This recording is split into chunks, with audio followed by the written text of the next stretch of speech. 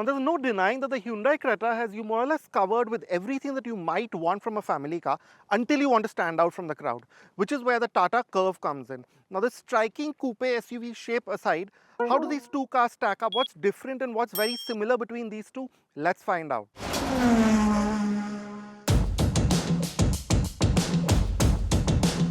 It'll surprise you to know that the Creta is the longer car here and the Curvv the wider one. It just goes to show how design can play tricks on your perception so easily. Both follow the modern playbook of sharp LED lighting and big grills. There is a sense of familiarity to both, the Creta from how many of these you see and the Curvv from being derived from the Nexon. But these ICE versions of the Curvv do stand out a bit more with their distinct grille. The Tata's larger wheels add more drama, but the Creta's bodywork carried over from the pre-facelift version doesn't quite gel with the more angular new additions. The flush door handles look great on the Curvv but are a pain to use when your hands are full. That being said, the Curvv has more ground clearance at 208mm against the Creta's 190mm. At the rear, the notchback of the Curvv is an attention magnet and quite a departure from the flat, clean shape of the Creta. You may also say that the Curvv looks a bit bulbous from some angles, but this trait seems a play for more attention, in which case it works. Now, there's always that impression that you are making a compromise with this stylish coupe shape, especially in terms of boot space maybe. But in the case of the Curvv, that's not really true. For example, to start with, you have a powered function for the tailgate. You can also do the kick adjustment thing. So opening the boot by itself is not a hassle, and in terms of space too, this has 500 liters compared to the 433 of the Creta, so you're already starting off on the right foot. Having said that, yes, the lip is slightly higher, so picking up items is a bit more difficult, but once inside, the space actually is quite useful because it's a large square box.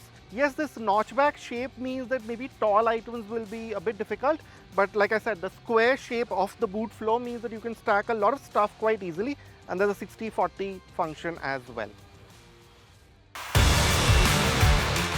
Now with the Creta, of course, it's much more straightforward. You open it as you would, but immediately, yes, it's not as deep or as wide maybe as the Curvv, especially with these pockets on the sides and with the slightly intrusive wheel wells. But putting in heavier items is much easier because the lip is low and the edge is completely flat, so you can just slide things in. And just like the Curvv, you have a 60-40 split function as well. Both these SUVs come very well equipped. They have most amenities you might want in a car, but a bigger differentiation comes from safety. Both give you ADAS, but the Creta has a more natural system. It feels a touch more reliable, but if driver assistance is not for you, the Hyundai lets you switch it off completely. With the Curvv, it defaults to on every time you start the car. That being said, the Curvv is the only one here with a full 5-star safety rating.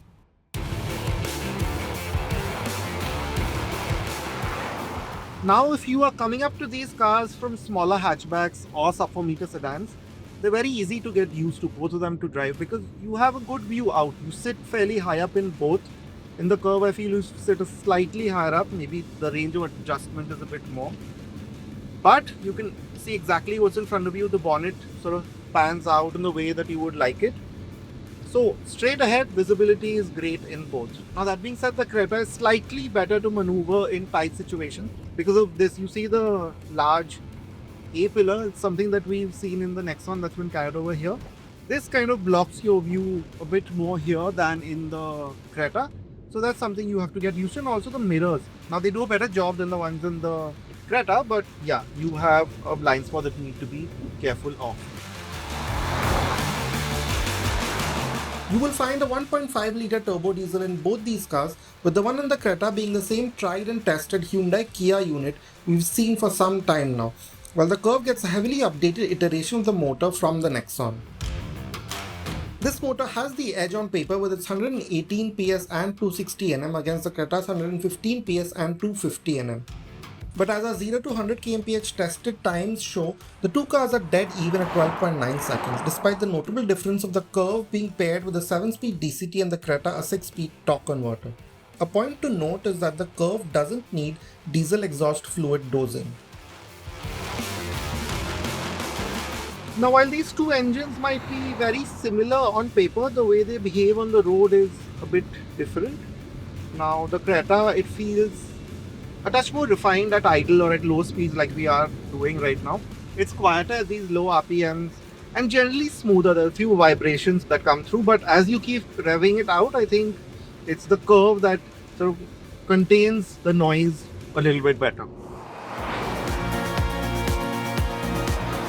A lot of this boils down to the gearbox. The Hyundai's transmission is better able to keep the car in its power band and seems to favor drivability over efficiency. Despite the Curvv using a DCT, it's quite conservatively tuned. It takes a while to give you a downshift, say when you want to overtake, and seems to be quite keen on choosing the highest gear possible. In effect, you find yourself losing momentum, which takes away from the experience you want from a solid, torquey diesel. But the more conservative tune of the Curvv has its benefits when you drop to the fuel pump. It's quite a bit more efficient than the Creta, both in the city and to a larger extent on the highway, where the 7th gear truly makes a difference. We managed 15.84 kmpl in the Tata and 14.37 kmpl in the real world in the Creta. Now, like we said before, the default normal mode is pretty much the only mode that you need to drive the Creta, and it sort of does everything that you want to in that mode. There's no point really of switching it to the sport mode, especially with this diesel powertrain.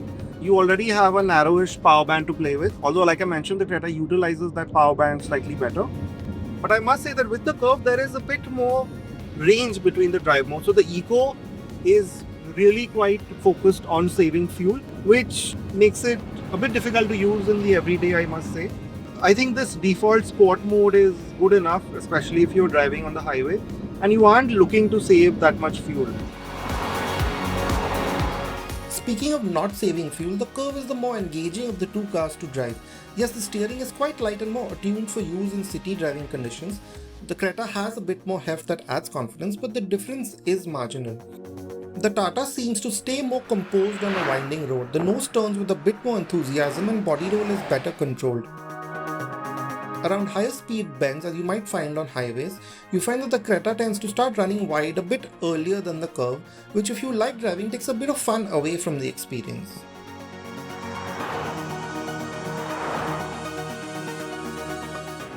Now stepping into the two cars, the immediate first sense that you get is that the Curvv is a more modern, more plush space, and that's largely because of the color palette that Tata Motors has used compared to the quite simple beige and black of this diesel Creta. Here in this top spec trim, this accomplished plus trim, you get this sort of burgundy-ish, reddish kind of finish. You get this silver kind of metallic textured finish. The plastics have a bit more texture to them, at least visually. There's a bit more that gloss black going around, a bit more the silver. So in that sense, yes, it does look like this is a more plush space. Now soft surfaces are limited to armrests and other common touch points in both, which is a bit of a letdown at this price point. You get neat ambient lighting highlights however, but this is more richly executed in the Curvv. We have complained earlier of this new Creta having dropped a grade in material quality, which now narrows the gap for Tata Motors. That said, the Curvv still has more work to do in fit and finish. You notice sharp edges and uneven panels around the center console, unlike the Hyundai. The Creta's switchgear too feels of a higher standard with a nicer damped action to most buttons and stops, which in many cases is replaced by touch panels in the Tata. These need some effort to get used to, quite unlike the natural feedback you get from physical buttons.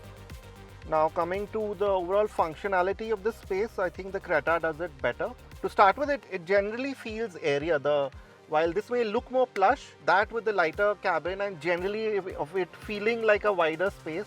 So even though in terms of specs the Curvv is wider, the Creta actually has the wider cabin, so you sit a bit further away from the passenger, the door is a bit further away from you, the roof is a bit higher, and the light color palette, like I mentioned, it just sort of gives you a more open feel.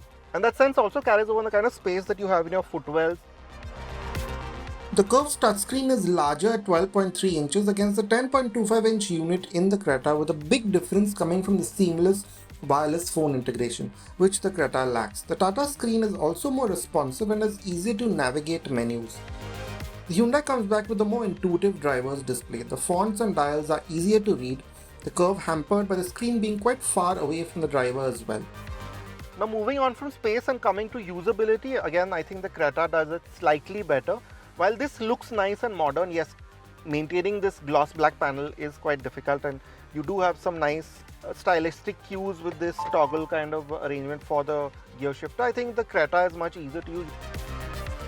The Creta has the more natural seating position. The front seats offer more adjustment and the steering wheel is at a straighter angle to you. That being said, the Curvv's 4-spoke steering wheel feels a touch nicer, but the buttons are slightly difficult to operate here. They're not as tactile as in the Creta, and also a slight gripe is the horn, for example. It's not as easy to press as in the Creta. Now, some other things that I wish the Curvv had done a little bit better is interior space. Now, it has a big glove box, which the Creta is slightly smaller. It's 2 layered, so that's great. But you do realize that this cabin being derived from the Nexon, a lot of that car's sort of shortcomings have been carried forward. For example, this arrangement here, if I were to put my phone in the center, the only place to put it really is here, and it keeps moving around. And you don't really have as much storage space in your door. Both give you type A and C charge ports, but the wireless charger is better placed in the Hyundai. As with most SUVs, you and your family will be spending a good deal of time in the backseat. It also won't come as a surprise that the Curvv and Creta styling play a big role here too. And generally too, since the Curvv is based on a smaller car than Nexon, yeah, it has been lengthened a little bit and the dimensions are different, but you do notice that in the backseat, where you notice that the Creta has quite a bit more knee room and leg room, and even of course headroom is much nicer in the Creta. Now, having said that, the width, there's not much difference between the two. The Creta feels slightly wider, but 3 abreast, like how we just sat, it's not that much of a difference. It's just that the sense that you get in the Creta that it is wider. The Curvv's bench seems to have better thigh support with the rounded bolstered edges. The cushioning is a bit flat in the Creta, which may tire you out on a long journey. The reclining seat has a steeper angle in the Hyundai, which some of you may like. You have the full experience of a more practical shape and a 50mm longer wheelbase in the Creta.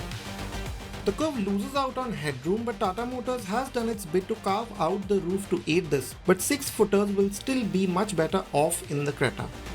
You have 2 chargers in the back of both, but the Creta again has more storage and a bigger sunroof. It's also the only one here with the all-important rear sunshades. Sadly, you don't get a middle headrest in both. Now, since we're testing the diesel versions here, it's understood that you might spend a lot of time on the highway in both of them.